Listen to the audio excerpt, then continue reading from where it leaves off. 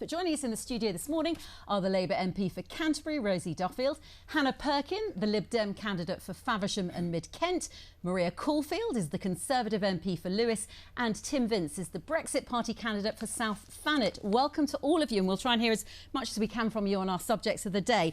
Tim, our audience may not recognise you, but some people will. You have been a regular TV presenter on the evangelical Christian channel Revelation TV. Now, look, doing my homework, I've gone back and looked at the things you've said, particularly about the EU as a Brexit Party candidate. You don't have to look too far. No, you don't. Yeah, you don't. There's lots of videos and lots of articles.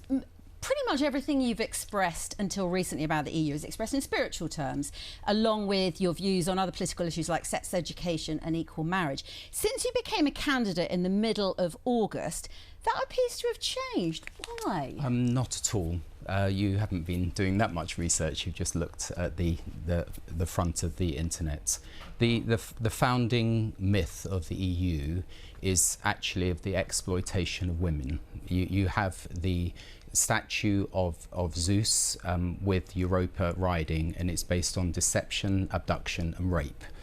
People don't know that because they want to talk about money and other things. So basically, I've been talking about the identity of the EU compared to the 1,000 years of heritage that we have in the UK that goes back to Alfred the Great, the ups and downs of that heritage. But we now have a free democracy where people have a choice, and my concern is that the EU is leading us to an empire. They're quite open.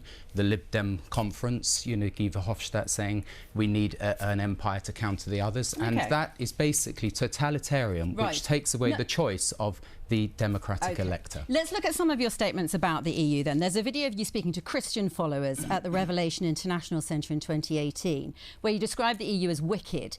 And you claim the EU was created in a temple, which isn't true. You talk about treaties and I said it was signed there. And by the way, let me finish, Tim. No, let me finish. I'm going to finish the question. I am going to finish. I know you are. I know. Thank you. So I'm going to keep talking because you need to listen to the questions in a political interview. Thank you. You claim the EU was created in a temple that you equate with Satanism. You bring in allusions to thunderbolts, swastikas and Nazi Germany. Your claims about where these EU treaties were signed is untrue. The Treaty of Rome, you claim, was signed in the Temple of Zeus. It wasn't. It was signed on the Constantine Hill. The Treaty of Lisbon, you claim, was signed in the same temple. Could you allow me to speak? Yes, because you're now telling me what I'm saying, and I'm not allowed to answer it. What I'd like to know is, and you know it's a very short programme. Why do you make... No, it was actually the Temple of Jupiter. I haven't asked the question yet, so hold on just one more moment. You make all of these claims. I want to know if you're going to bring these claims into the general election debate in South Thanet. Well, people can ask me, and you're choosing to focus on this, but the EU was signed, the Treaty of Lisbon. The Treaty of Lisbon was signed in Lisbon, the clue's in the title. That's right. But it was to replace, which is typical EU, they moved the goalposts. So the EU constitution, which was rejected by France and the Netherlands, was signed in the remains of the Temple of Jupiter, which is Roman for Zeus. And I'm just making the point that do we want our future to be determined by Greek and Roman mythology, which led to dictatorship, or do we want to have some recognition, not only in Britain, by the way, but all the other countries of Europe? They have a strong Judeo-Christian heritage, which was written out of the EU constitution. The preamble to the Constitution talks about religion generally so as to include as many religions as possible and not exclusively your take on Christianity.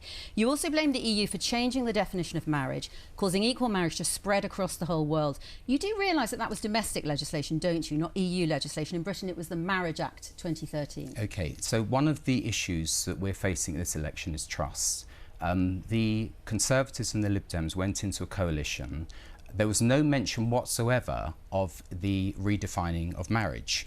And yet, in the election manifestos or in the coalition agreement. So I'm pointing out a consistent theme of actually not telling the electorate what they're doing. EU. Yes, because the EU is not democratic and they do not actually... So you're blaming the EU for domestic legislation? Look, it was spread around. Well, you need to do more research to look at, yes, to see that they have a secular humanist. By the way, this isn't but it's Sunday, so why not talk about it? They have a secular humanist worldview, and I'm saying that we have... Who's they? The EU constitution is secular humanist. It doesn't. Okay. They might bear reference to religion myths. The EU is a peace project. The EU is there to support people to be and to have their own freedoms. That's the point of it being Too many secular, layers. so that we can include as many people as possible. And as a classical archaeologist, I find bringing in the classics of Greek and Roman history completely ludicrous. Well, it is, except that they've put it in front of the European Council building and on the mosaic of the European Parliament. Okay. They are saying that is our foundation myth, and I reject It's a big part of European history. It's not to do with the future It's part of of the history in Southern Europe, but we have a may I thousand just years of jump other in, because history. It is the Sunday politics, not But you the chose Sunday to go down this archaeology. track. Aside from the EU, you've also talked and written about the politics of sex and relationship education in schools, referring to shameful deeds done in secret, by which I Yes. presume you're referring to gay sex. Is it a sin? Right, I'll tell you straight that on the front page of the Telegraph, they talk about Jews leaving this country because of Corbyn. Well, it's not just Corbyn. Faith schools are being faith schools are being suppressed on this issue. Is gay sex Look, a sin? we've got school gate protests because there's religious illiteracy among the media. Is gay sex a sin? I'm telling you straight. Okay, because that's the question you asked Tim Farron, and he was hounded and not able to talk about any other policy.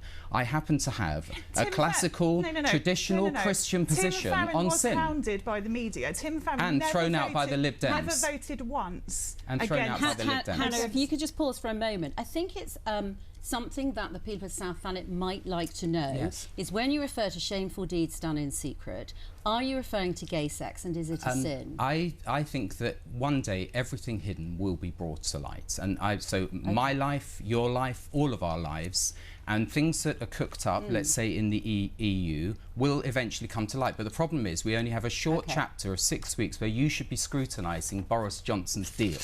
Because at the end of the day, if you don't, you'll be failing as an impartial media. Thank you so much. And continually attacking Christians is not the way to do it. I'm not attacking you. I absolutely every right to your beliefs, completely. I was told that I would be asked about my background. You haven't asked me at all about my background. Well, perhaps we could bring the other guests in. So you're trying to caricature me. OK, we'll leave the viewers to make a decision about whether you've been caricatured this morning.